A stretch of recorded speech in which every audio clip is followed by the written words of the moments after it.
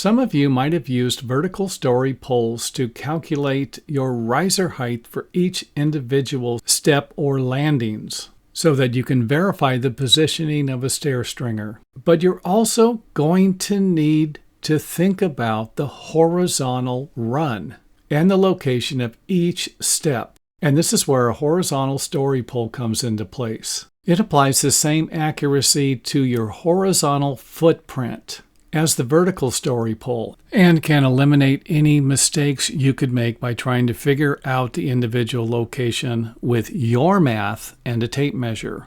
The concept is simple.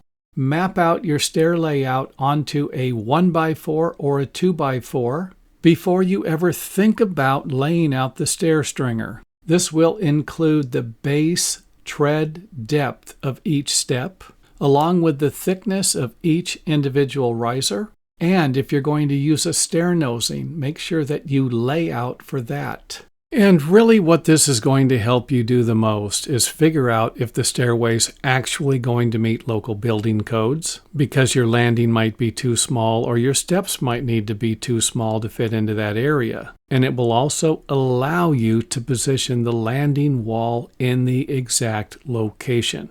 And this seems to be one of the biggest problems I've ever seen with new stair builders. And if you need to, you can even lay out any materials that will be covering the stairway, like carpeting or wood.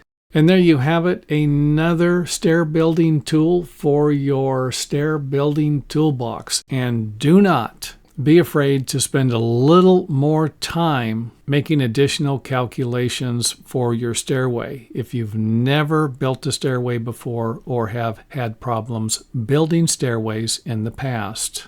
And thanks for watching. If you enjoyed the video, let us know by hitting the thumbs up button or letting us know in the comment area.